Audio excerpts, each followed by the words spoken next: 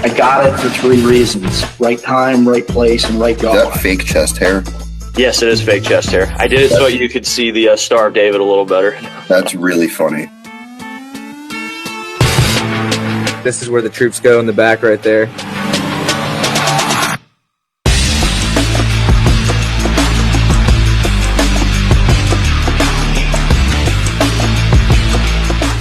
So think about if you're a fight fan, you will greatly appreciate this.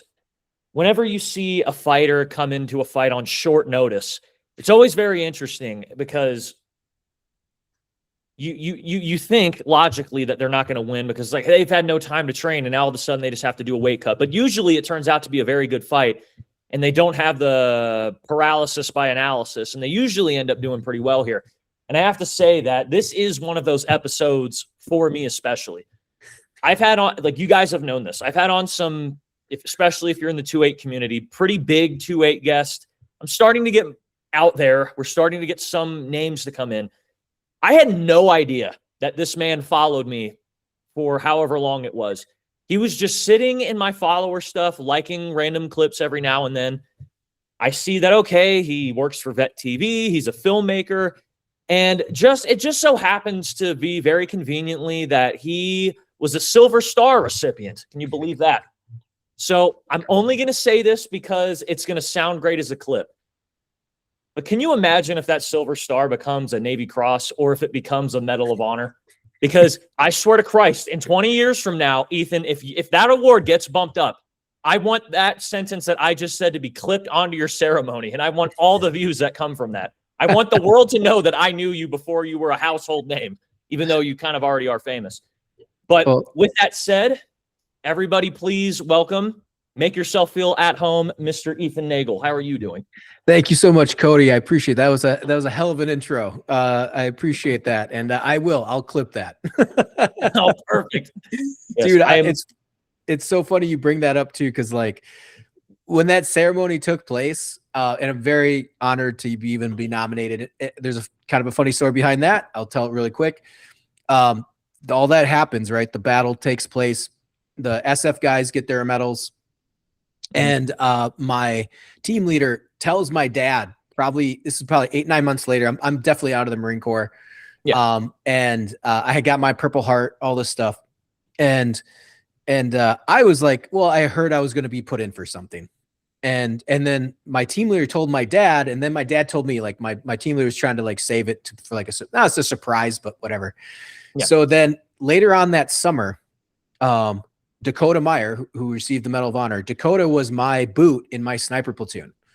Dakota relieved my sister team's rotation. So he relieved my rotation in Afghanistan to a different sister team as a combat advisor.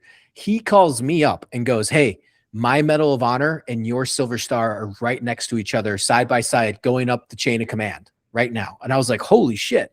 And then I talked to him and I said, what happened out there? And then it was very fresh. This was 2010. Both of our battles were in July. And I believe his was October, end of September. No, I think his was September of 2009. My battle was July of 2009.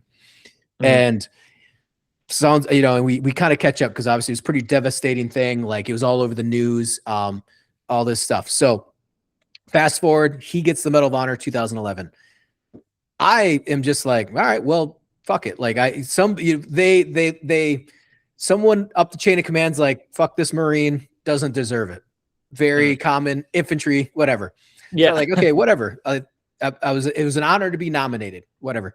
So about a year later, my dad is like, hey man, what happened to that Silver Star? And I was like, I don't know, it probably got denied. Like, is what it is. And my dad's like, no, fuck that. So my dad, he knows my social and everything. And he's like, hey, give me your social. I'm going to go talk to a congressman. I was like, whatever. I was like, it's probably denied. So he goes to a congressman in 2013 and writes a letter. Is like, my son was nominated for this. We just want to know basically what happened to it. Was it denied? Whatever, etc. Yeah. Comes back within like a few days. They had lost it.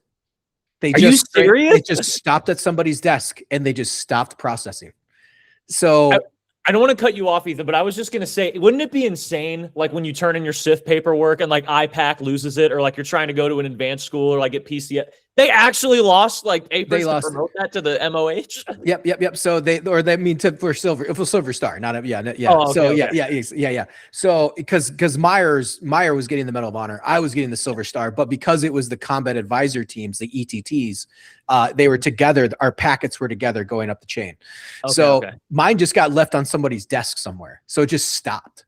And so they called up they eventually called me, and they're like, hey, send an email out, and they're like, sorry, we lost it. It's getting approved. You're receiving the Silver Star. Please don't tell people. The Department of Navy would be embarrassed, basically, that we lost your silver. So if my dad would have never checked, it would have never, not that it wasn't approved, it just would have never made it through the proper channels sufficiently to then be awarded.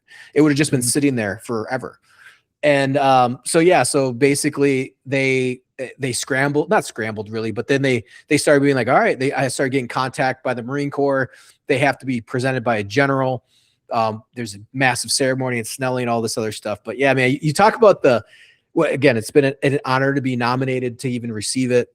Yeah. And then we're there, and then my buddy comes up to me and he goes, yeah, I was talking with that general, and the general came up to him after reading the whole citation, after being awarded. The general that awarded me the Silver Star went up to my buddy, who was one of my teammates, and he's like, why is this not a Navy Cross? And my buddy's like, I don't know, and so as you mentioned, upgrade, right? And then I talked to the other people, and I've had other very higher up people go, why is this not a Medal of Honor? And then I have Dakota Meyer in 2020. God, I just got married. I'd gotten my big wedding. It was 2019. Another funny story of surrounding this whole saga. I got awarded, so I've had it for, I was awarded in 2013, December 2013. The battle was July of 2009, was awarded in December of 2013. And Meyer, I started getting like hit up on like text messages, and like I was like, what the fuck's going on? Like I had just gotten married that like I had a big wedding that weekend, and that Monday I start getting blown up, and I'm like, what's going on? Like I didn't post pictures about the wedding yet, and so I'm getting all these messages, and one guy goes, hey bro, congrats. And I'm like, what's going on? He goes, dude, are you receiving the Medal of Honor? And I'm like, what are you talking about? Like, and he goes, dude, Meyer's on Facebook, right? So I went over and I opened up my Facebook, and Meyer had read my citation, and he posted on Facebook and whatever else. I don't know if it was Twitter at the time. It probably obviously would have been. I don't know if he posted on that, but he wrote, if Ethan Nagel does not receive the Medal of Honor, then I don't deserve my Medal of Honor. And then like, wow, threw it out to the world. Yeah. And so everyone's texting me like, are you getting the Medal of Honor? Blah, blah, blah, and I was like, no. I was like, I texted Meyer because I had his number still at the time. And I was like, hey man, I appreciate it. It's like, I appreciate the shout out. I appreciate, but thanks, and everything. And he's like, dude, I never read your citation until last week. And I was like, well, thanks, man. Like it's we're very, and I told him, I was like, hey man, we're proud of you. I had seen him prior to that, but it's like, hey man, let you know, we're always proud of you. You represent the infantry, us O3s, especially in Afghanistan and what you did on your Medal of Honor run. And so we just talked and caught up a little bit, but yeah, that's always bring that up, because it's a funny, every time I always tell that story, because it's always funny, because it's, people always like, are you gonna get that upgraded? I'm like, no man, like, Ethan, could you imagine if you get a phone call after this conversation reaches the air, you get a phone call and it's like, yeah, who is this? Hey, Ethan, this is the Department of the Navy. Listen, you remember how we lost your paperwork with the Silver Star? It's like, look, can you keep a really good secret this time? Yeah. So we're big fans of 4 Years a Slave, a pod. And we have that episode. Please like and subscribe, leave a comment. We need followers. We need money. Please support the show. Exactly. He's like, I'm one of the followers and I was listening. No, but yeah, so those are all kind of this funny little, side adventures of the award itself. So anyways, but yeah. But that is what we're here for, though. I mean, that is the, obviously the military, similar to how officers, they harp on professionalism, they harp on discipline. There will always be things that come first: the mission, our physical fitness, taking care of your juniors. They always come first. But we can't ignore the human reality of, the funny times, the debauchery, the Lance Corporal-esque activities that occur. That's exactly. So, yeah. Well, thanks for having me on. That's a good start. That was a good firing it up right away. Oh, the honor is all mine. I told you. I don't know if I said this in the intro, but I was doing my because I've been getting more involved in running this morning. I did 6 miles earlier this morning, and as I'm doing it, I figured I'll do some because that's going to take probably like an hour, maybe a little less. So I popped in a couple of your episodes so I could catch up, because I want people to know this. I messaged. So this is what happened. I saw Ethan's profile on Instagram. Keep in mind, I did not know really who he was. I saw he had a large following. He worked for Vet TV. He was a filmmaker. So I'm like, oh, this is really cool background here. So I hit him up and I said, hey, let's work on doing it in a few weeks. But I completely forgot about it because I was going to wait for Ethan to message me, not remembering that I told him, let's go record on like this date. So I believe you messaged me, Ethan, on, I think it was like Friday or Thursday, just to correct the times. And I look at my phone, I'm like, shit, I plan to do an episode with you. And I haven't listened to any podcasts. I haven't read any books, citations. I have little of no knowledge of who you are here. So the last day, going from last night into this morning, I'm like reading all these podcasts. I'm like listening to these podcasts. I'm reading articles, whatever. And as I'm running, I'm hearing your story of being in Afghanistan and the Silver Star. And I'm like, wait a minute, I had no idea that I had this gem of a follower in my. I'm like, that's why I gave the fighter introduction. I'm so underprepared for that. I would have done an in-person show I would have done so much planning had I known who you were, when I reached out to you at the beginning.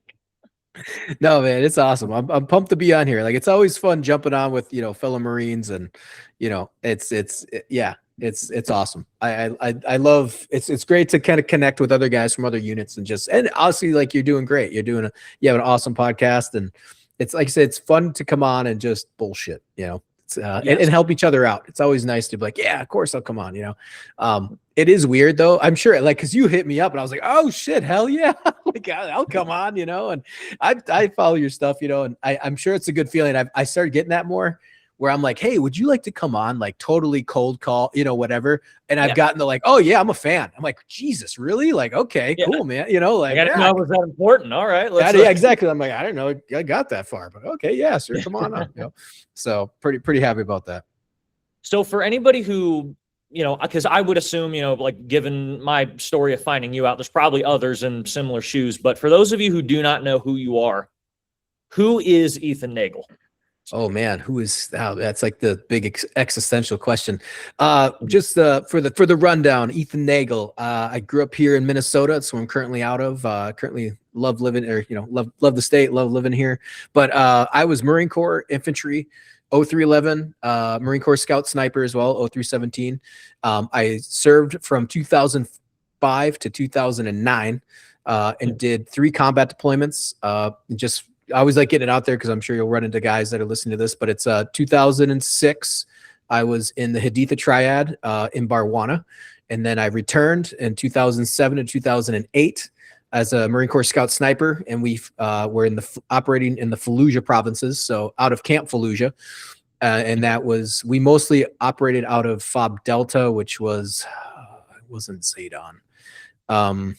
I can't remember. Garma. It was Garma. And then my third deployment I volunteered for, and that one was 10 months long, and that was the embedded trainer teams, the ETTs. And we were combat advisors, basically watered down special forces teams. We kind of took up the mission because SF was taking the missions on the commandos. So they were basically like training the next level up. And so the Marines, there wasn't a big contingent of us, but the Marines and the Army and even the Army National Guard were taking the advisor teams. And then we would train them and then fight alongside them in the valley. Essentially, again, obviously not SF, but a watered down version of SF in the mission. Just because everyone was spread so thin that we ended up getting called in to assist. So that's kind of the legacy of the ETTs. And then I had volunteered for that because I was such a super boot I had joined the Marine Corps in July 2005. I was on ground by March of 06. So within about 8 months, I went from the yellow footprints to, footprints in the sand. So boots in the sand. And so I had done 2 total years on ground in combat. I only extended for, I think, 3 months, because it was 4 years, 4 months. So I got out November 10th, 2009, right on the Marine Corps birthday, EAS date. And again, funny story about that. Again, I was about to say, how was the birthday for that one? Whatever the celebration. The best birthday ever. It was the best Marine Corps birthday ever. Was November 10th, 2009, and I had gotten back and I extended. I think it was 4 months, because it was August, September, October. Yeah, so it was 4 months.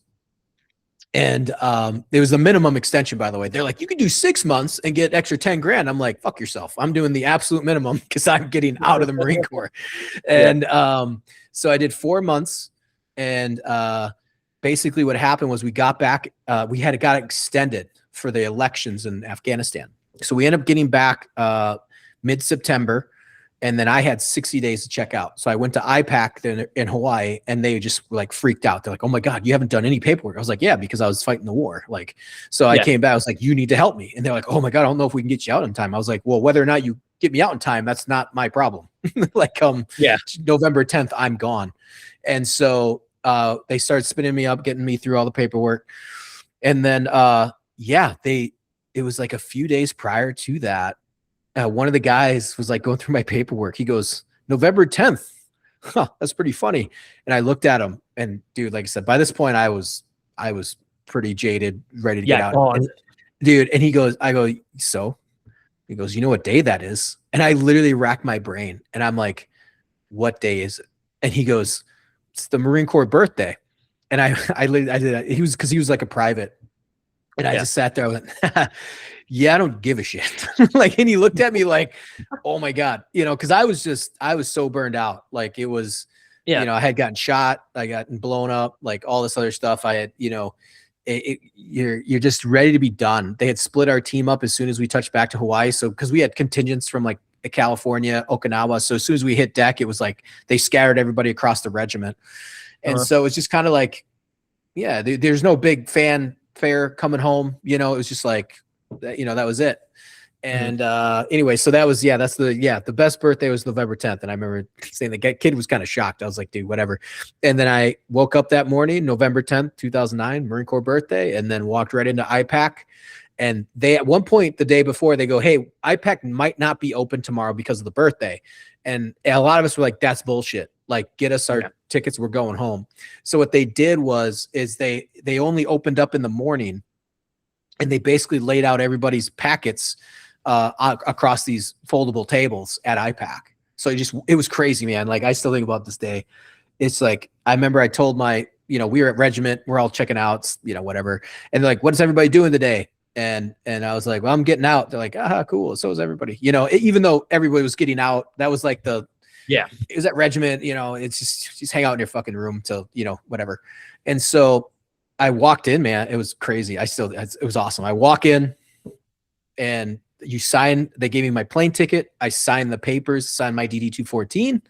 They handed it to me, because they typically, you go on terminal, but this was like, no, this is EAS. So they just handed me my DD-214. And they're like, thank you. I just walked out. It was fucking 8:30 a.m. and I'm a civilian. And I walked back to my barracks where my buddy had reenlisted. And I'm sitting in the regimental barracks, and I just like sit down on my bed, and it was just like, that's it, man. It's over. Yeah. It's over. And my buddy was like, oh shit, man, congrats. I'm like, yeah, man. And you're just sitting there. I was like, can you drive me to the airport? Yeah. And then, he's like, yeah, bro. And it was crazy. It was just like, man, it's over, and that's it.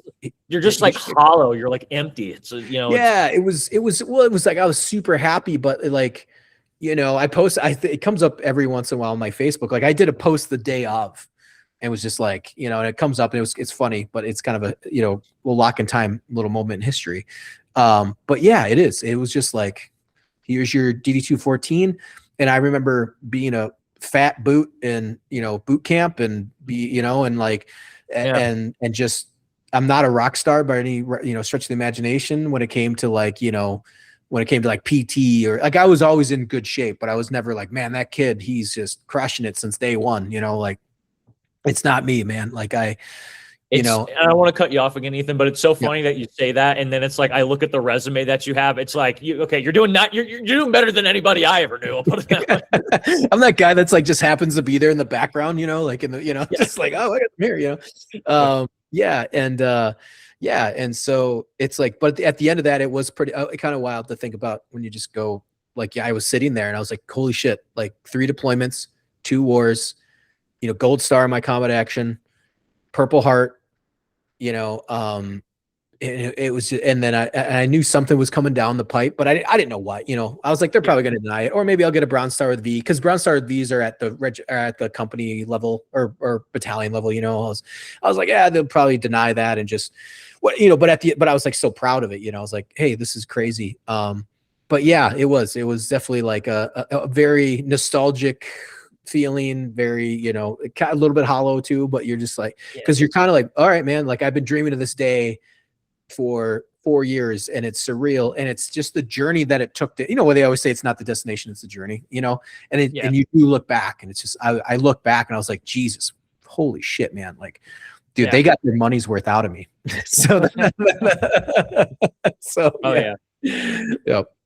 But not to get too stoic with it, but it's almost because when I hear people talk about getting out like that, and then when I hear stories of like famous athletes, for example, like if they win the Olympic gold, and it's almost like, when you get out in a way, you're kind of left with this existential, like, okay, well now what? It's like I have nothing to look forward to now, and in a way. Yeah. I had a plan, but it's still, like, even if you got the best plan, you got backup plans, as I did.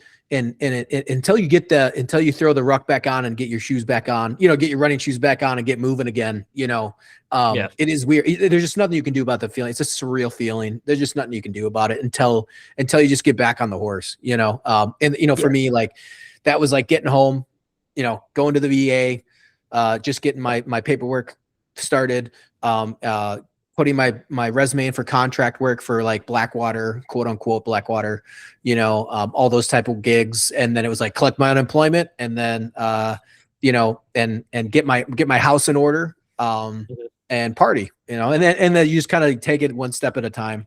But yeah, that's how, I was only home for 2 months. See, it would have been December, January. And then I was back in Afghanistan by February, as a contractor. So I was only home for like 2.5 months, before I got back on the horse. But yeah, I agree with you. It's just like, you just gotta have to, it's surreal, but no matter what, that day one is going to feel weird as shit. So anybody getting out, like, I think I made a mistake, get to day 2 and then get to week 1 and then get to week 2, like go back to the gym, re-rack, refocus, get back in there, remediate, figure out what's going on. And then, cause a lot of stuff isn't going to go as planned, but always have your backups and keep moving forward.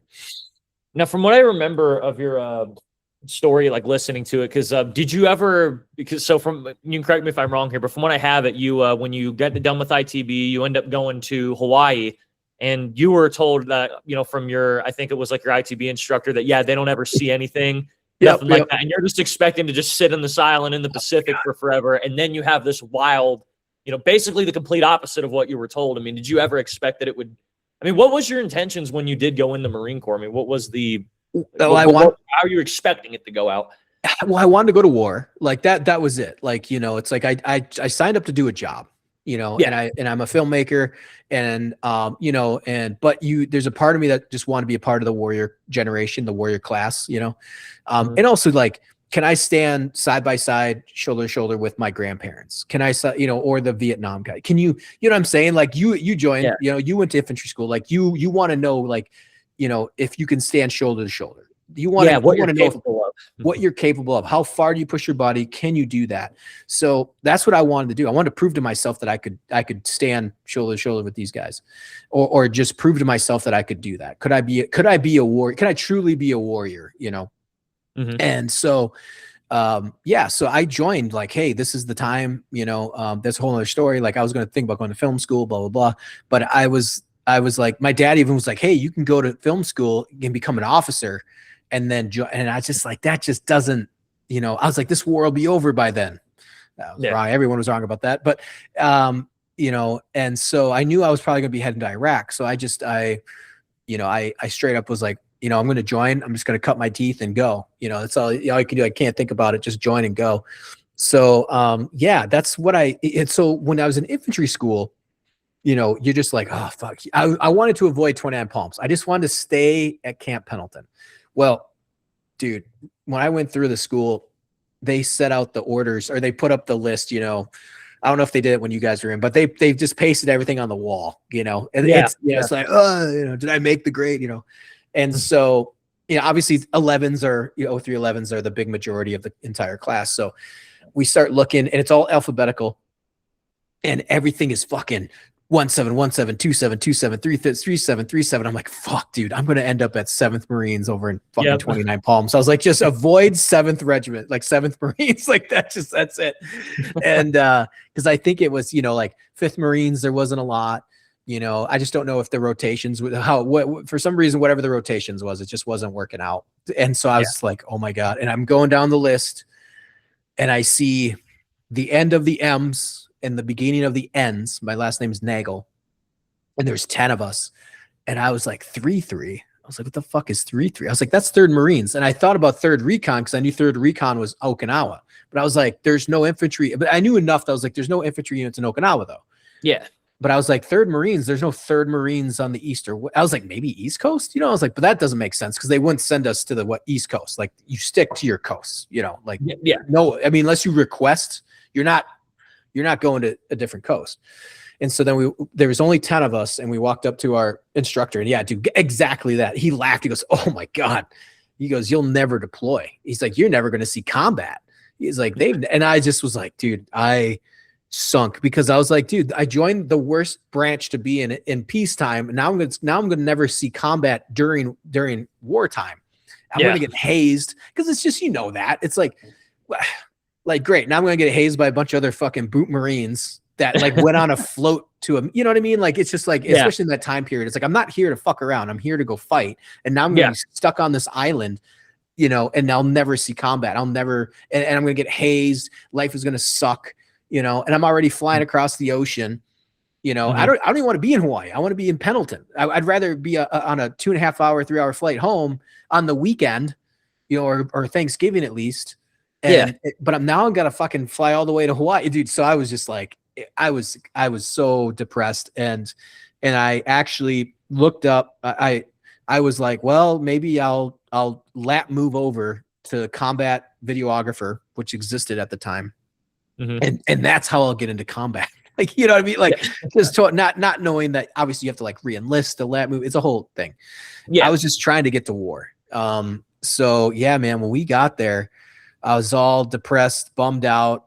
And, and again, I'm not like the star, like me or whatever. I'm not like a PT. I'm really good at running, but like pull-ups suck. And like, it's just a stress to be in the Marine Corps. Like, it's like the worst branch for my body to be in, so, and like, I'm a runner ironically, but I'm terrible at pull-ups. So anyways, that just always, it sucked. I was fit, so I was always just working. Did any of the ITB instructors like, suit you? Because like, don't get me wrong, like, being in a weapons company, hiking with mortars, hiking with the machine gunners, it's like you have the prime build. Like you are the peak male athletic performance body right there, to have that. Did anybody like did they try to like pick you in, or did you think, maybe I'll be a machine gunner or a mortar guy? No. So I was infantry. So we were doing a lot of range runs, which I don't know if they do much. It was just, so one of our instructors was a scout sniper, or was in sniper platoon.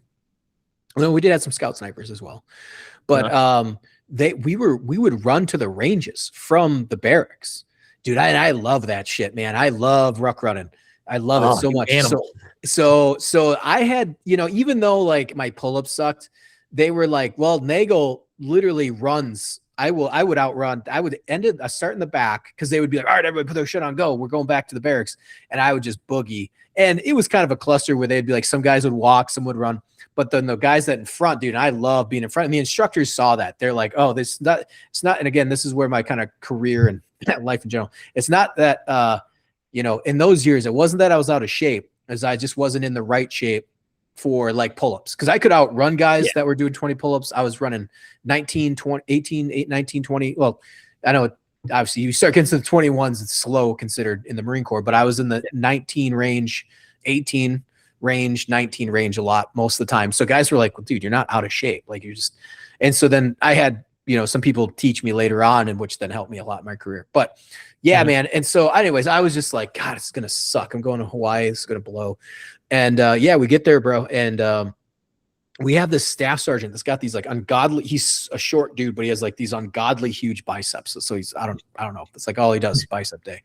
And so I remember seeing it, and he walks up to us, and we're all like, yeah, hi, staff sergeant. He's like, whatever. And he goes, are you boys ready to get into a fight? And we're all like, kind of look at each other like, yes, staff sergeant. He goes, good. He goes, go grab all your shit. He's coming off the carousel. He goes, you're shipping out in 60 days, going to Iraq. And I was like, whoa, dude, my whole like mind exploded. I'm like, this is it, and Yep. Yeah, dude. And we got to the unit. We got there on like we got there on like, I don't know, they had like a 96 or something like that. Cause I remember getting there and like reporting in, and it was like, they had that Friday off or something. So I remember like being in the barracks, like they didn't fuck with us all weekend. Like seriously, like, cause they had already done CAX and the combined arms exercise in December. So they had just gotten back from 29 Palms doing that train up, and we were leaving. So it was like, am I going to go fuck with the boots? Like, no, I'm going to go out and party with my boys and go chase chicks or spend time with my family. Like, why would who gives a shit about the last 10 boots? And by the way, it wasn't even 10 of us that dropped into the company. It was 10 of us that dropped into the battalion. So there was only like 5 of us that went to Lima, and if like 2 or 3 went to India and Kilo company. And so it was like, who gives a shit? So we were like a blip on the radar. Didn't even matter. Yeah, you basically were integrated in, right away. And dude, my squad leader, awesome, loved it. I think it was Loomis said it. It was either Loomis or Vincent, my team leader. One of them said it, and they go, "We don't have time to haze you. We have to train you." And then I was like, "Thank God." I mean, they still hazed us, but it was like, we gotta get you spun up. Because we're going to war. Like, there's no time for fuck games, other than taking shit details, but that's standard, Yeah, man. And we got fired. It was crazy. It got there. We did one more train up on Big Island for like a few days, and then we went back home in February. So I was home. I was home during Christmas break, got back, graduated January 5th, was in Hawaii for like 2 weeks, went on training, came back, went home like beginning of February. And they were like, everyone's like, why are you home again? And like, why are you home? Like, you've been home October, December, and February, which is like unheard of in the Marine Corps. And I was like, now I'm going to war. And everyone's like, holy shit. And then it was, dude. And then that was it, man. And we were off to the races. So yeah, it was surreal. And I said, I got lucky. I consider myself fortunate that I even got down that road. And it was just a fat kid just fumble fucking his way, into combat. Just like, dude, like, let's do this. Yeah.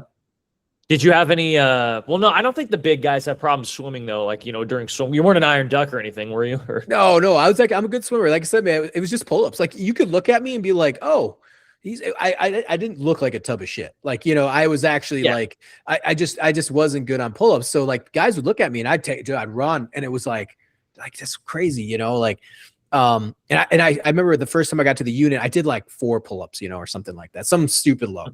Yeah. And they were like, you better run what do you say? You better run an 18-minute mile, Nagel. It's like, yeah, sir. Yeah, yes, sir. And we had come from Pendleton, but Pendleton's still kind of like the elevation shoots up, right? So we were like, and we were working out during infantry school, but running. And so we get down to sea level, like it's like 0, right? I mean, it's like we're at sea level, And so, so dude, I took off, man, and I ran like a 19. I think it was, if I remember it, 19:20, and so everyone was like, dude, I was cruising. And I came back and everyone was like, what the fuck? Like, you know what I mean? Like, it was like the fat kid, you know, just outran everybody except like 5 people. Like, you know, Yeah. what I mean? Like everything. And like the team leaders, some of them were like, oh my God, like, cause they saw me just cruise past them. And so it was this, I'm like a weird anomaly, you know, they're like, this doesn't make sense, you know, like, and so I remember my platoon sergeant was actually like, you're not out of shape. You're just not in, like, you're not, you know, you're a bigger dude. So it's harder for the pull-ups. And if you're not training that way, it's a different type of training. And so, yeah, man. So then, and like a year or so later, I got better at it. Like, you know, once I got into sniper platoon, I had this, cause I, to me, I just don't, you didn't know what you didn't know, you know, and YouTube wasn't really a thing. So it's like, how do I do better? If everyone's like, you know, they do the whole, like, go to the pull-up bar. I'm like, I can't fucking pull up. Like, this doesn't make sense. And, but I'd do it anyways. But what I would do is I would just run myself to death until I was light enough to where I could do pull-ups. So I'd be like, you know, if you lose enough weight, it'll be easier to exactly carry. That's exactly what it was. Like, I was like, if I lose if I just kill myself to you know, I'll be right at you know, I'll be able to do pull-ups. And it never was a lot. And then finally somebody just trained me for like not even it was like 2 weeks of training, and my pull-ups shot up like 10 because they're like, oh, just do this because I'll put on strength pretty quick. And whatnot. So it was really funny. And then I was a runner. And so then that just evened itself out, you know? So yeah, anyways, but, yeah, that was funny, but yeah, it was What's just crazy with that is like, you know, like, I think honestly, like having, like, if I had to pick, I would probably want your body type and like that type, like somebody who's big and can run like that over a pull. Cause if you think about what athleticism it takes to move that much weight at that speed, like that's very, like if any, and since you've been to combat, you might be able to test, but would you say that probably helped you out more than just being able to? Oh yeah, yeah. And yeah, that was the thing too, is, I mean, like, again, I can only speak for myself, but like the confidence came in combat. For me, I was like, dude, I'll outrun you. Like, you throw a kid on me, I'll outpace you. I'll outrun you. Like, that's the only time I ever get like cocky or get like a bit of I don't say big an ego, but like I've done it. So I know that. So, cause yeah, guys, the PT test is great. Don't get me wrong. But when you throw a kid on somebody and you got to wear that shit for 10 hours and then you got to fucking start running, building to building, and you got to fucking boogie, dude, that's where it counts. And so you start seeing that, like, yeah, so guys would, even some guys would outrun me or do whatever. As soon as you threw a kid on, dude, I open field sprint, I'll out sprint you. And maybe because I used to be a huge fat kid, so I think my joints were used to that or something. But yeah, and like back, I was like over 300 pounds when I was like in 8th grade. So, and then I just eventually lost all that. So I don't know if my joints were just my body's used to like heavy weight all the time. Yeah. And but yeah, your calves, like your calves probably look like very it's like you got those like fat kid calves. They're not super big, but they got strong. And but yeah, it was. You threw a ruck on me, I'd outrun you, I'd outruck run you, and I loved it too. So I love getting under the ruck and just boogieing. But yeah, throwing a kid on, man, and you gotta move, like, and that's what really matters. Now you gotta be in shape, because I know some guys are like, oh, once you get into the combat, then they're out of shape in combat. It's like, dude, no. It's like I was running 8 miles. I was outrunning everybody. I was running 8 miles a day, you know. And again, it's just, that was my body type. You threw weight on me, I became more agile. It was wild. Like when it came to like rucking up mountainsides, it was like, oh man, I'm kind of clumsy when I don't have a backpack on. But as soon as you throw a ruck on me with weight, like suddenly I can, like, I'm a billy goat, and I just feel I'm like, I can like leap from rock to rock without without issue. So I don't know. I think that's just I don't know. I got lucky with that type of skill. I don't know. Now, are you fat, or are you just like a corn-fed freak of nature? Because you sound like, I don't think you're fat at all. Because like you said, you're from Minnesota. You're naturally bigger build. It's like, I don't think there's anything to be ashamed of here. Well, I was a fat kid growing up, but I was always athletic. So yeah. And then I was a wrestler in high school. So I lost all that weight in high school, but I always had that physique. Like I put on weight very quickly. So it's something that I've always, I would say fought, but I would always be able to maintain. I always say this, for me to get to baseline where most people are, I have to work twice as hard. And then for me to then go to where I want to go, then I have to work 4 times as hard to get there. And then I have to outwork the people that are there. So that's just how it is. And that I've just accepted that. When it came to physical stuff, obviously that's very more physical stuff in the military. But you know, that's just kind of like a good life mentality. It's like, because some guys, by the way, and I envy those guys that just like show up and they're like, yeah, you know, I've been working out for like 3 months, and then they're doing 25 pull-ups. They run a fucking 6 mile for 10 miles. Like, some people are just naturally gifted that way, and that's awesome. And I'm not going to be like, those guys suck. Those guys are awesome. Take it and run with it. For me to get to that point, I have to work twice as hard just to get to that baseline. And then I have to outwork you to get in those positions, which then means I have to work, you know, 4 times as hard. So that's what you have to do. You can't just be like, yeah, I'm just not built that way. Well, if you're not built that way, then fucking get that way. So one way or another, you have to get that way. There's no excuse. Like, it just, that's the standard, you know, and that's always sucked because I always hated pull-ups, but that's the standard in the Marine Corps. So that's what you got to work to. You know, it comes to that. You can bitch about it all you want, but if you want to go to the next level, you just have to be at that standard, you know, just is what it is. What's nice about Scout Snipers and everything is our next standard is, hey, you gotta ruck run for, you know, 10, 20 miles or whatever, 10, 12 miles. And, you know, at a certain pace, you know, and so, and you got to be under a ruck, you got to be under 100 pounds, you got to be able to operate, you got to be able to do, you know, think, shoot, communicate. So, it's, you know, there's a lot of skills that come with that. So it's, yeah, man, it's, I'm a bigger dude in general, like, you know, in generalities. I'm like you, I'm still running, not as fast, you know, and whatnot. But yeah, I always feel like that's important. Like, just, you know, even if you're older, just get to the gym or whatever, you know, make sure you got that cardio. But yeah, man, back then it was just like, I was a big kid, but I was like, well, I just got to run. And, you know, I was a wrestler, so I knew how to cut weight. So I was always like wearing like plastic bags, and, you know, and people are like, what are you doing? I'm like, I'm just trying to make weight, you know, get to my minimum. Cause that was the crazy part, is if you saw me. Oh yeah. Did you have to worry about like the height and weight standards? Yeah. Oh yeah. Yeah, absolutely. I always had to worry about height, weight. So and for me to be at my max standard, like, which is 197, I look like a Holocaust victim. Like, literally, like I look like, and people were like, they're like, Jesus Christ. I was like skin and bones. And then when I looked natural, or like when I was stronger, I'd be at like 210, 215 ish. But, and even over that, like, you know, maybe it was only 5-10 pounds, but I was much more comfortable, heavier. But I would still be able to run, but I'd always have to do height weight tape. And I only had one issue one time, and I always make height weight, and they called me in after I literally went to the gym and I did abs, and I drank a giant protein shake. And so they're like, hey, you gotta go do height weight. And I was like, oh my God. And I literally missed it by like half an inch. So I got non-wrecked. I mean, you know, I got non-wrecked while in sniper platoon, and everyone made fun of me. They're like, you miss height. I was like, dude. And then literally an hour later, I was like, fucking measure me right now. And then an hour later, completely on tape, but it didn't matter. I had already done it, you know? And so I was non-wrecked for that month. And I was, dude, I got so much shit for that. But yeah, it was always like that. But, you know, like I said, that's just what it is, man. You know, it's just, so.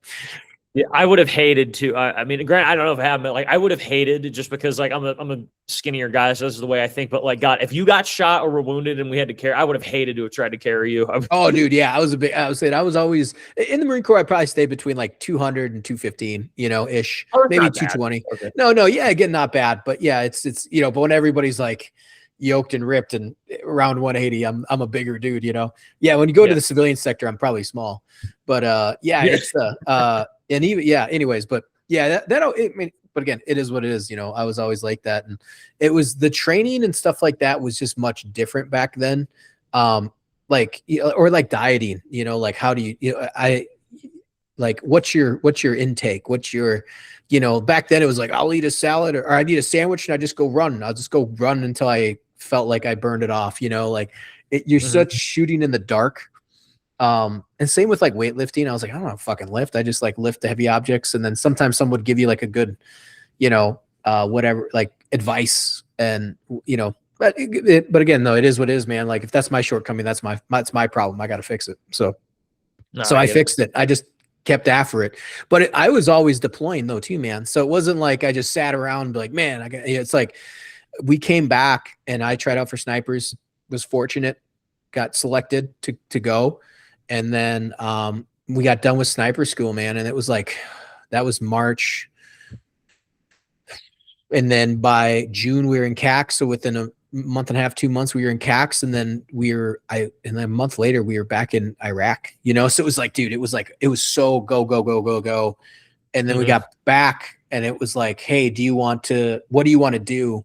And cause I was a 2-pumper, but I had done my deployments so quickly that, you know, they were like, you might have to get sucked into a 3rd Iraq deployment for like 3 months. And I was like, fuck you, I'm not going back to Iraq. But the advisor tour had kicked off. And so that's another long story, but I ended up getting on that rotation late to the game. I think I got on there. They started in July, and I think I got to them in September of 2008. I think I did about a month and a half workup with them, and then we deployed. So, but yeah, it was like go, go, go. Like I spent more time in combat than I believe I did in Hawaii. And so I got lucky. You got what you asked for. You can't complain. Yeah, exactly. I got what I asked for, you know, and I always say the Marine Corps got their money's worth out of me. So yes. Yeah. So with I do want to jump on this one because I don't think I've had anybody who does film or anything like that. But what type of stuff do you like? What is your videography or discography? I don't know what the proper term. Oh yeah, no worries. It's all good. So I wanted to be a filmmaker since I was a kid. After I did the Marine Corps, did contracting. You know, I say Blackwater. It's not who I work for, but people get the wheels turning. So I was a protection specialist. Blah blah blah. Did a few other things. And then I went to film school in 2014. So I'm officially a school trained cinematographer because I wanted to do film directing, but I wanted to know how to make movies, like the technical, like how. I know the theory that I don't have an issue with. The theory is theory. I wanted to know how to make films look how they look and feel how they feel. And then my professor, who ended up being my professor when I was doing a walkthrough, he was great. He was like, "Oh, you then become a cinematographer because you'll know how to light, you'll know how to use the cameras, you'll understand all the technical to make films look the way they do." And I was like, "Oh, awesome!" And so that was probably one of the best 2 years of my life. Was I met my wife. She doesn't go to film school. She was actually, she had a real job, and so I met her in my second year. But dude, it was so awesome. It was the best. I got to watch movies and learn the craft of filmmaking, and it had been in like a big bubble in my head for like since I was 13. So it took about 13 years of like hyping this shit up. Like, is this what I'm gonna? Actually, 14 years. You know, as I was 27, I believe. And so anyway, so I did that, and then I was broke after 2 years. Because I didn't work, because I was like, yeah, I got GI Bill and I'm blowing money and party, and I don't regret it. It was awesome. Yeah. And at the end of it, didn't have any money, but it was like, cool. You know, what do you do now? And so, dude, I'm a very good editor. So I ended up taking my first work as freelance editor for a buddy of mine who I interned for. He did drone early days of the drone cinematography. So okay. I had bought a drone, and that's how I interned for him because I still had money at that time. So I was like, oh, I'll buy this drone and I'll do a bunch of cool aerial shots and make a bunch of money. Yeah, joined that game too late and fucking didn't make any money on that. I spent like $9,000 on this drone and fucking nothing. But it did get me some really cool shots for my reel and got me to internship. And then I started working with my buddy. And so I did a lot of editing, and then I did a lot of commercial spec work. So and then did some stuff. Like, you kind of look back at your resume. It's not as cool when you're doing stuff, but you look back on it, you're like, oh, I did some stuff. So I ended up doing stuff for a lot of corporate work. Shot commercial spec for Red Bull Crash Dice, which they ran. They didn't pay me for it, but they ran it because it was free. You know, they're like, this is great, and then they just ran it. You know, I was like, okay, thank you. It's like, can I get a job? They're like, no, and I was like, fuck, okay, but they ran it, so I did. They were cool with me putting it as a credit. Shot for Netflix, their what was that cartoon show, Big Mouth? We shot a commercial for them. Oh, really? Okay. Yeah, we did the aerial cinematography for that. And then there's some few others, just like big agriculture stuff like that. So that's how you like survive. So Minnesota is very much corporate work, and you can make a living up here. Like, you make a living up here. Okay. And I consider myself a commercial cinematographer first, or a commercial director first. Yeah. But you take the gigs that you can get. So I did that for about 2 years, and I had joined the National Guard in that same time. And I ended up deploying to Kuwait so I graduated in 2016. 2018, I deployed to Kuwait. So I basically did about a little over 2 years of fumble fucking my way through the Minnesota industry, always having, but I will say though, it's like my delusions of grandeur are big Hollywood films, or what you would say like 5, 10 million, 20 million. Like I'm still As going you should after that shoot goal. for, yes. Yeah. I'm shooting my, because people ask me that, and I always have to remind myself, this $100 million film is that's where I want to be, and that's where I want to go. So however long it takes me, if I make it or not, but that's always kind of the pie in the sky, And so, anyway, so, trying to figure out, how do you survive? How do you actually work? Cause it's a fickle bitch, man. Like, it's a great industry. You could hit a great vein, or you're just dry, and every state has its own industry. And then you see a trend pick up, and somebody, snatches that trend up, and you try to do it, but it's gone. It's like locked. Like, it's just all over the map.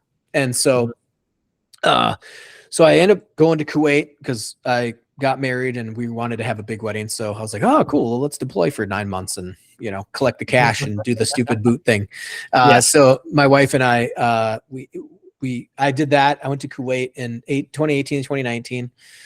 It literally, well, all the stuff's going on with Iran right now. We were at, Arif John and not Ali Al Salim, but like where they're sending the Shahed drones right now. It's like we ran all those areas.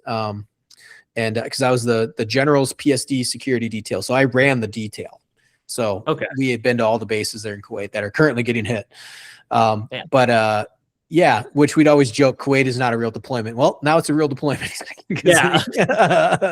I think they had footage of I think it was Marines actually. They were in like some bunker, and you just see them like hunch down, and then you see the camera shake because the drone's hit, and they're like, "You guys good? You're good." Like, that might have been Bahrain. I think that was Bahrain, but that was like a missile came in. Yeah, it was wild. But they're getting hit in Kuwait. And like, sadly, the guys, the units they were from Iowa. One of the guys and wife, they were from Minnesota as well, but they were part of the Iowa National Guard that were killed in that first initial volley. I think in Ali Al Salim, which is the Air Force base that was in Kuwait. Anyway, so it's a real deployment now. Everybody's on high alert there. But so I did that, came back, and then I made a business plan, that those first 2 years were kind of like, hey, kind of figuring stuff out and be like, where do you go from that? Like, filmmaking is like there's a million different career paths. Like, no one knows what's going on. It's, and you're just like, you're in the ocean where you want to be, but you're just rudderless. Like, you just don't know which direction or I should say rudderless. Yeah. You have a vision, you have your motor, you got your gas, you don't have a compass, and everywhere and everything is just, it's noon. You don't know where the sun's going. You're just trying to figure out which fucking direction to get to where you're going. And you have no idea where to go, where to point your ship. So, that's kind of filmmaking.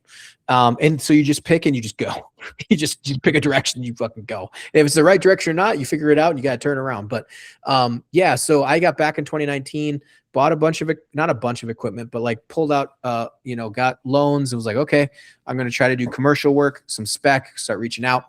And then COVID hits. And, I ended up linking up with Black Rifle Coffee Company. And, I had done enough good commercial directorial work, in corporate work to like have a pretty good reel. And, and I wanted to start getting into scuba underwater cinematography. And I was actually about to start doing that. I was looking at getting some equipment and, before COVID hit, and cause I had met my buddy, to go down to Warfighter Scuba Foundation, and I'm a Purple Heart recipient. So that's what they do, is they bring down Purple Heart recipients down to Roatan, for scuba diving therapy. And I reached out and I was like, hey, I have a Purple Heart, but I would love to help with your filming, your photography to help, advertise for the nonprofit. So that was 2019 into 2020, but then 2020 hit and COVID hit. So I ended up going to, just everything locked down.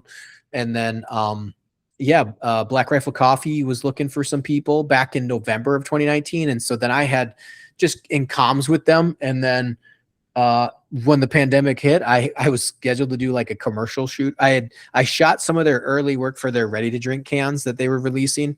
I shot it all in my garage. And and they paid me for it, like I was a freelance. They paid me for it. They ran the ads. And then they were looking for a producer. So they ended up hiring me on as a producer in, I think it was June of 2020. And then I started traveling, man. And I fell into, I say cinematic documentaries. So they're basically like really good looking sit down interviews. We shoot really cool commercial type cinematography stuff. And then it was like a 10 to 12, 15 minute, basically mini doc that we would run on, Black Rifle Coffee's YouTube. So I did like Marty Skovlin's, Jeff Reed. Jeff Reed's was my favorite and the one I'm most proud of, because we went up to Alaska and we ran the Denali Highway, I believe.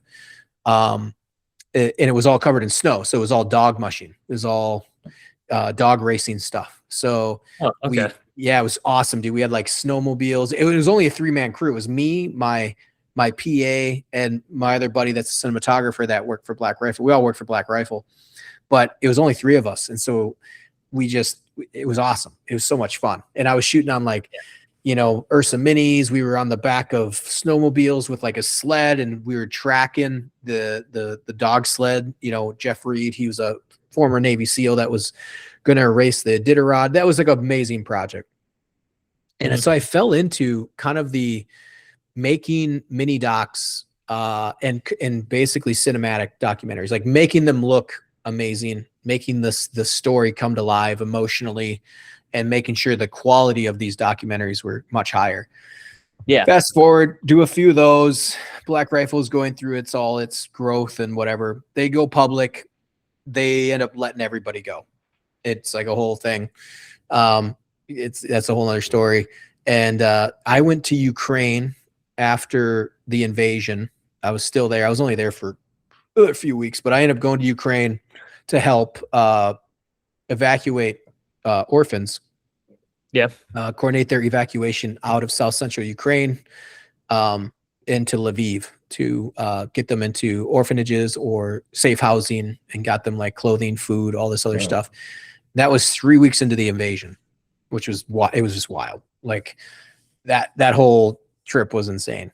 And insane as like emotionally insane, because it was like we were in Lviv, so we were relatively safe, but we still had Russian cruise missiles going over us, and we were ready to E&E, and we didn't know if Ukraine was going to fall or not. Like being in a country, a conventional war is going, and you don't know if the tanks are going to be coming around the corner. Like was this like right at the beginning of the invasion? I'm talking right at the beginning. Like this is 3 weeks in. Kyiv was under contest. Like Kyiv was like the Bucha massacre had just happened. Kyiv was under contest. Mariupol was sieged. We were talking with guys at Mariupol, and then they were killed. Like the whole thing, dude, it was just like go, go, go. It was insane. It was just like, and like you pull out, you're like, oh man, it's just, we were fine, but you just like in that moment, you don't know what's going to happen. Like it was, and people are still heading to Kyiv. Getting to Kyiv was like really hard at the time. Because there's checkpoints everywhere, and it was under bombardment constantly. And we were in Lviv, or Liv, however you want to pronounce it. And we were just like coordinating with everybody, trying to get medical supplies out. We built like a little mini intelligence web, for people if they needed it. And then we were building a supply line back from Poland into Lviv, which then we would take and people would use to then run into other areas. So if they needed to go to Odessa, if they needed to go to Zapo or Zaporizhia, if they need to go to over into Kyiv, they can go into Kyiv. So it's just, the whole thing was just, it was wild. Yeah. Did that. And while I was there, I ran into Tyler Merritt, who is the CEO of 9 Line Apparel, which I'm wearing right now. So yeah, and so then we hit it off, became friends. He was there raising funds to make sure the money was going to good organizations. So so we hit it off, and then he hit me up about a few weeks later when I was in Ireland on a family trip. So I had scheduled a family trip, and then because everyone's like, dude, like, should I go? And I'm like, go if you want to go help, And then he hit me up. He was like, "Hey man, we can run some stuff, like run some gear and stuff into Ukraine." And I turned to my wife because I just got let go, and I'm like, "I can make some money." And she goes, "If you leave, I'm going to divorce you." I was like, "Okay, sounds good." And then I was like, "Thanks, Tyler. Hit me up if you want." So he was like, "Yeah, no worries." And so I ended up doing some of their commercials at Nine Line, and then I helped do some of their YouTube videos, media, all sorts of stuff. And then I was just getting gigs left and right. My reel had started getting me into the game. So yeah, man, it was a pretty successful 3-year run. I mean, it's stressful because you just don't know what the next paycheck's coming, but when the next paycheck came, man, it was good, Mick. It was a fat check. So I did that, and then basically, I'm a freelance at heart. And then John from Vet TV, he got a hold of me, and we ended up talking, and we ended up doing the mini documentary, a war documentary. We went to Ukraine in 2024. And so we went there and shot a little series, interviewed the Western fighters that came out to go fight alongside Ukraine. And then the new drone, not to say new, but the drone program they were developing, and they still obviously are, but FPVs were starting to become a thing. So we managed to get like footage of the factories and like guys that were doing it and all this other stuff. And then we went towards the front line in Izium to check out artillery units and like all this other stuff. It was really cool, man. It was an awesome trip. Awesome. It turned out really well. And then, did some more work after that. And then he hired me on in 2025 for Vet TV. So I guess. So what do you? Oh no, you're fine. I'd go for it. I was gonna say, what is it you do for Vet TV now? I mean, because when I first read it on your your info, I'm like, oh, does he actually make the comedy sketches or the shows or? Yeah. So right now, Vet TV, we're in a reboot phase right now. So we obviously still have all the comedy shows. So I handle the new series called Battle Lab, which has been commissioned by Reveal Technology, and they're a defense contractor software company. And so we have these tier 1 operators testing their software, but also testing new tactics on the battlefield. So I was hired on to basically helm that project and help guide it, because you have basically 3 CEOs wanting, not 3 different things, but it's ever evolving. So, which is great. They're all great dudes. It's just I'm kind of the one that even though I'm the director, I make sure it looks good and I make sure it gets to where it needs to go, but it's always I don't they like these graphics, so we go with those graphics. They like this. So it's just making sure that all the pieces fall in together. And then I edit the whole series as well up to this point. So we shot 3 seasons. Season 1 is currently out. Season 2 is wrapping up right now with editing. That's what I'm handling. And then we have a freelance guy finishing season 3, and then we shoot season 4 in June of this year. So that's kind of the series I'm on right now, and takes up all my time. And we should be getting back to some more documentary stuff, because I was actually hired on as head of special projects to develop documentaries and unscripted series. So once this kind of frees me up, then we're going to start going back into some other project ideas that we have for Vet TV. But yeah, it's cool, man. It's awesome. My official title is creative director and head of special projects, which is awesome. It's great. Freelance is fun, but it's also obviously paychecks are great, but it's great being in this veteran community of filmmakers and streaming and being in that realm. And, and it's great because we're a small company. They used to be bigger, and now we're small. We're very lean and mean, and we make sure that every dollar counts. So any project that comes out of Vet TV right now, that's new. We make sure that we want to make sure it does well. And we pick the right horses per se. So, but yeah, this right now I'm currently directing the Battle Lab series. And then we have a few other ideas in the pipeline that we're trying to get off the ground. So, yeah, man, it's fun. It's awesome. It's weird because I do a lot of editing. So my day to day isn't filming and it's not like I'm shooting series every week and then I'm like, oh yeah, we're doing this and developing. It's literally I filmed in February and I haven't left my desk. Actually, I take that back. We started filming in July and I've only left my desk for 2 weeks, and that was to film season 2 and season 3. Otherwise, I've been 8 hours a day, head in the computer, editing all day long. So, but yeah, I'm excited, especially for this next kind of half of the year on what we develop and whatnot. But yeah, man, it's cool. Filmmaking's amazing. Like, I love it. I love filming. It's like trigger time. It's like you see all those guys dressed up with fucking nods and they have the tactical fucking pictures on their Instagram and they go out and shoot. That's how I am with filmmaking. Like, dude, if I get a camera in my hands, I press record. That's just like, it's like I'm a kid again. Like, you make something that looks good, you're like, fuck yeah, I did that. Like you just, and you nail it, or you get an edit down and people are just like, it's people's blood's pumping. You're like, that's it, man. That's where it comes into play. And it's awesome. But yeah, man, filmmaking can be all over the place. I wish I could say, hey, yeah, I was the DP on fucking Deadpool 2 years ago, and now I'm the DP on Deadpool 5, and I'm working on Netflix's Peaky Blinders or something, but it's hopefully and again, directing is more my passion than, say, cinematographer. So because some people ask me and they're like, hey, can you be my cinematographer? I'm like, yeah, but it depends on the scope. I would consider myself more of a director. I have the skills of a cinematographer.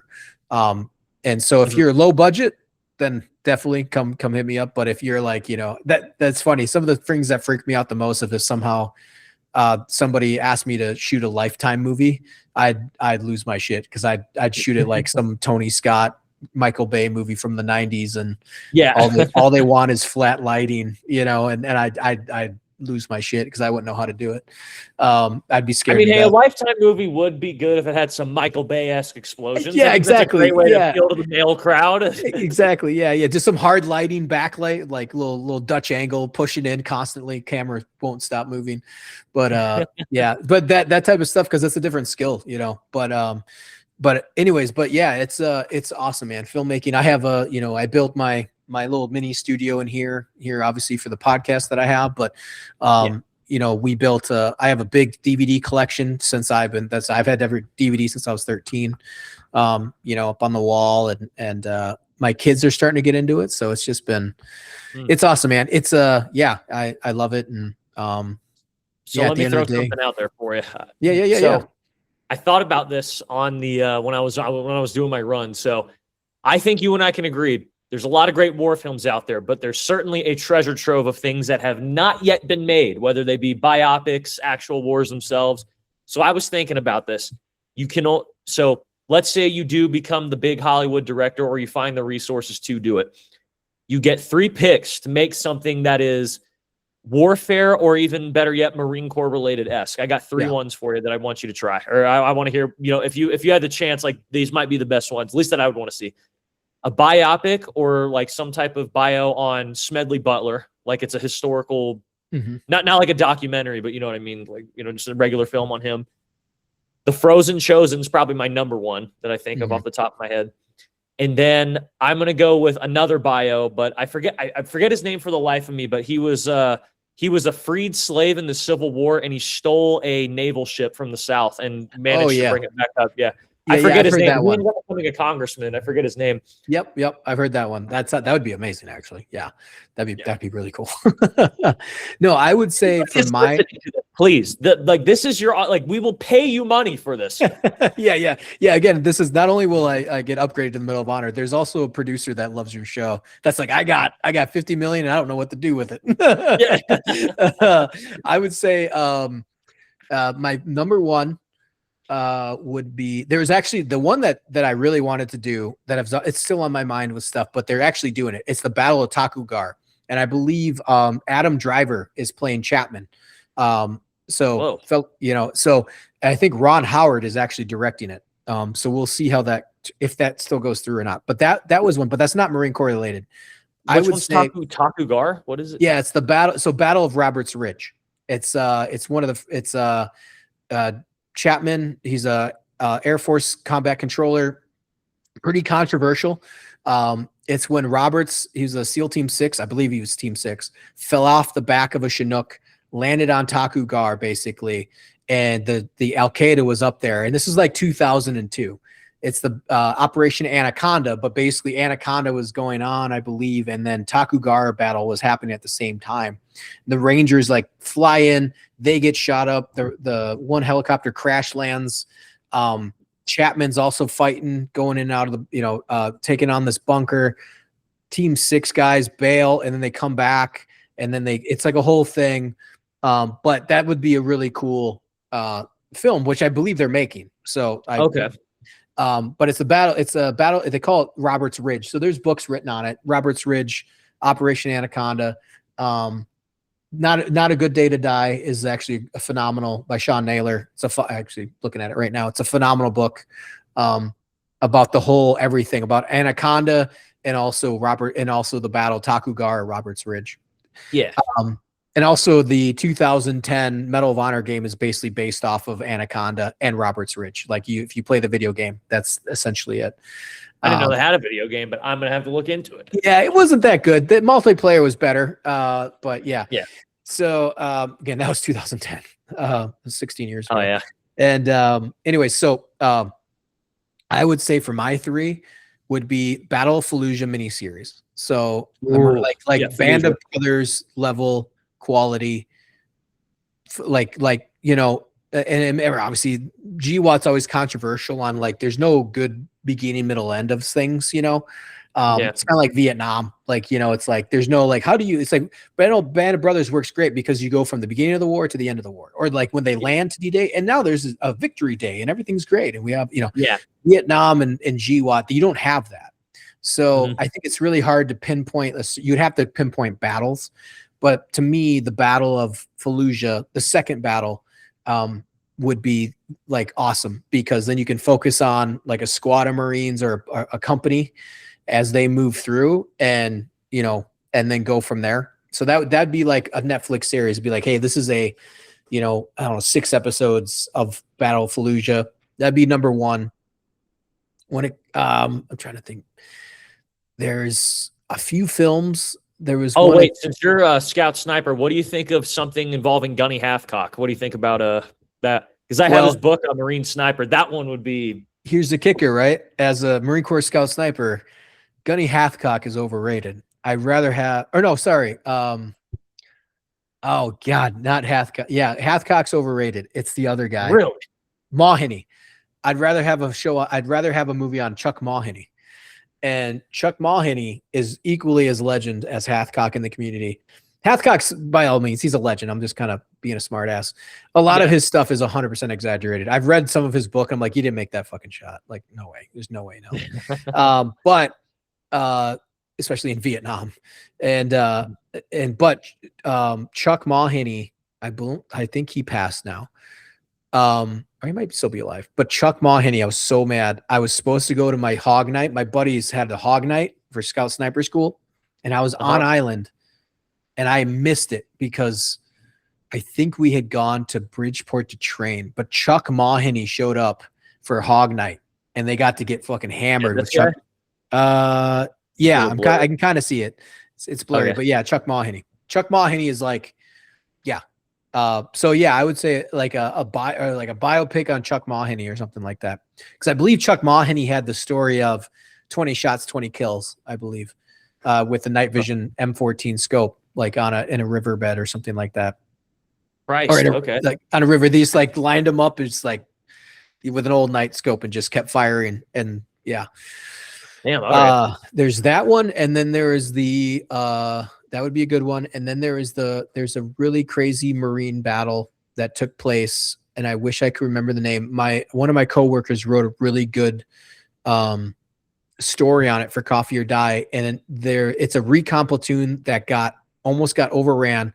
None of the Marines were killed, but they were awarded, I believe, Navy Crosses, Silver Stars, and they did gun runs like 20 yards or something from their convoy.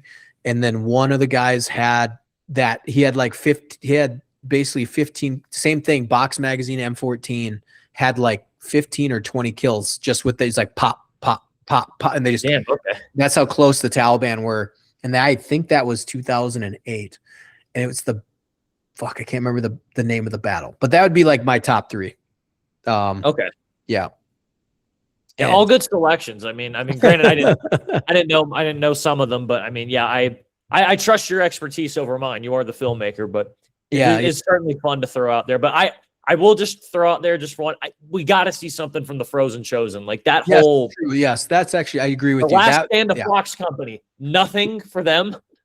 yeah, yeah. No, I agree. That would 100%. I would exchange that. I would say, yeah, I would say a mini series on Frozen Chosen, like something in that aspect, 100%. Like get Korea War. Yeah, they don't get the love that they should get. No, and there's so much stuff that like happened. Like I mean, the Frozen Chosen is just one of them, but there's so much cool stuff that happened with that war. Yeah, yeah, absolutely. Yeah. But I mean, it's money, it's all this other stuff. I mean, it's really hard to get these type of series like off the ground. Sometimes people are like, oh, they just did it so quickly, and then you kind of read the backstory. It's like it's been in development for fucking like 10 years, Yeah, or just like it's a nightmare. But yeah, I think there's a Netflix movie or a movie that came out now. They took 48 years to complete. I guess there was a small segment in the beginning that was done back in the 70s or something, and then some producers took it up in 2018 and completed it or something. wow, I have to check into that. Yeah, I don't know what it was weird because I was watching it. I guess it's perfect timing because I got in the kick with it. But I'm going really balls to the wall with like the Lord of the Rings Yeah. trilogy and like everything there. But I watched they did a cartoon of it back in the 70s. So Oh, really? they had it's obviously it's nowhere near to the level that like the movies were from like Peter Jackson and all that. Yeah. But they did a cartoon of it in the 70s and then of The Hobbit, and then in 1978. This was really cool. They did, or it's interesting, I should say. They were going to do the entire all three books in one film, and this was in 78, and it's animated. But because of how big of the project was, the production company like pulled out their funding, I guess last second, or told them you can only do so much.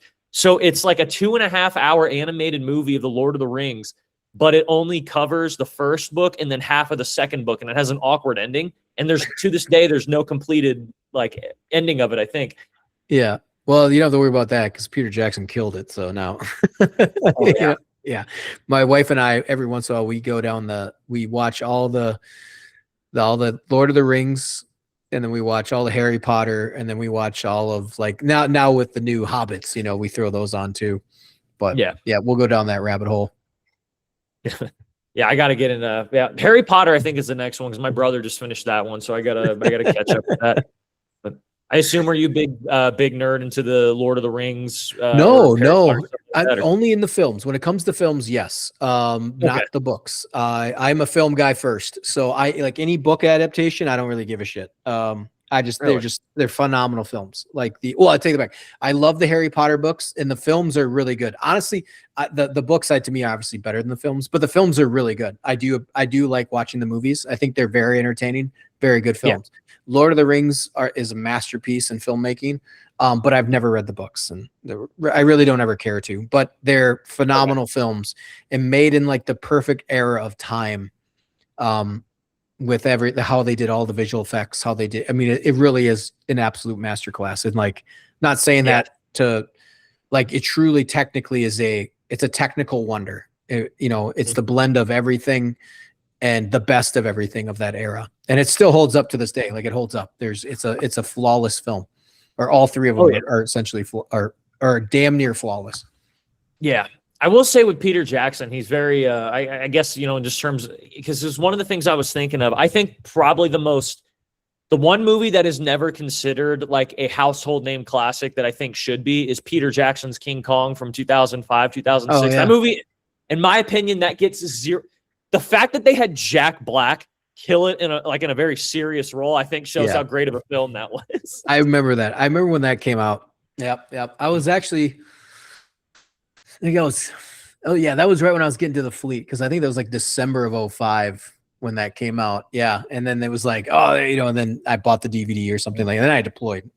But yeah, I remember that. I remember watching those movies are all like burned into my emotional memory from combat, like all the ones that like you remember within that era. But yeah. I remember that. It's an entertaining one. It's a bit too much CGI for me, but it's entertaining. I'll give it that.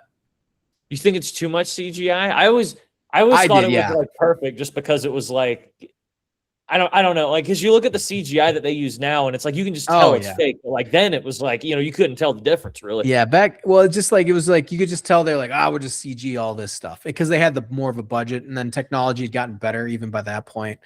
But yeah, there was, but now everyone does it, so it's just overdone and it's not done well. And yeah, that's where it's like, like when I say Lord of the Rings, because Lord of the Rings was like every technical shot counted. It had to, they had to make it work, and they weren't always using visual effects or what you would say CGI because it was expensive or it didn't look as good. So like there's a lot of better ways to do things. And they did it and it fucking worked, and it looked so much better because it's real. So yeah, man, I guess you watch that shit and you're like, man, this is fucking epic.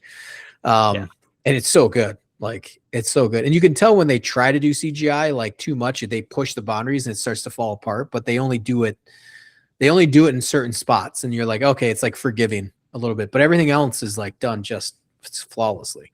So yeah. All right. Well, Mr. Nagel, I don't have too much else to, ask or bring in, talk with. I would say very well done fight for a short notice one. No, absolutely. My son's starting to stir, so this might be the good. Okay. Yeah. So for the end of it, I always ask, for one, do you have anything that you want to plug, promote that the people are watching can go check out? Anything? Where can people find you, especially, and any of your work that you want people to go follow or go check out? And then after that, anybody who's still in the service, no matter what branch, what advice do you have to give them? Okay, sounds good. Yeah. So if you want to find me, go check me out on Instagram. That's probably the most that I'm on is at ethan.nagel.films is my personal. Go like and subscribe to both at Into the Breach Show on Instagram and on YouTube, and go sub to the channels, all of our channels for podcasts. Same with Spotify, Into the Breach on Spotify. I have a Patreon memberships across all the platforms, so you can subscribe if you want to, help support the show financially. That would be amazing too, or just listen to it and they're monetized. So everybody listening, keep on listening because that helps with the ads dollars, keeps everything alive.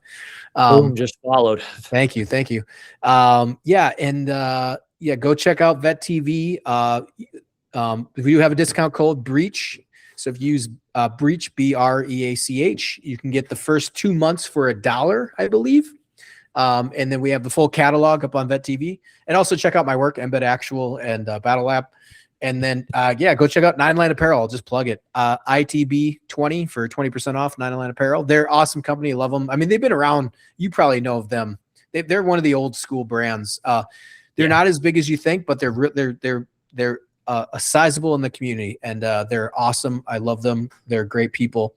So go support them. If you're looking at the Bro Vet brands, 9 Line is top. Like, they're old school, top notch, great people. Salty, like, awesome. They're just awesome people. I love them. So go support them. And then for people getting out of them, like guys getting out or transitioning, I would say, set your goals. Look what's going to happen. 1 month, 2 month, 3 months out, 6 months out, but also give yourself that grace. Listen to the podcast or just reach out to a lot of these guys that have been out, myself, Cody here, everyone else, and ask, like, what did you do? Like, don't be, if you want to do filmmaking, be like, don't be afraid to DM somebody. Most of the time we're going to answer, or any kind of question like that. But honestly, just give yourself some time, get to the VA right away. As soon as you get out, I'm sure they have people doing it now while they're in. I mean, I got out in 2009, by the way. So this is my advice is a bit dated, but I also have good friends of mine that have gotten out. They are getting out now because I'm hitting my 20 year. My 20 year was in July. I obviously didn't do 20, but my buddies had and did. My brother is getting out this year for his 20 years in the Marine Corps.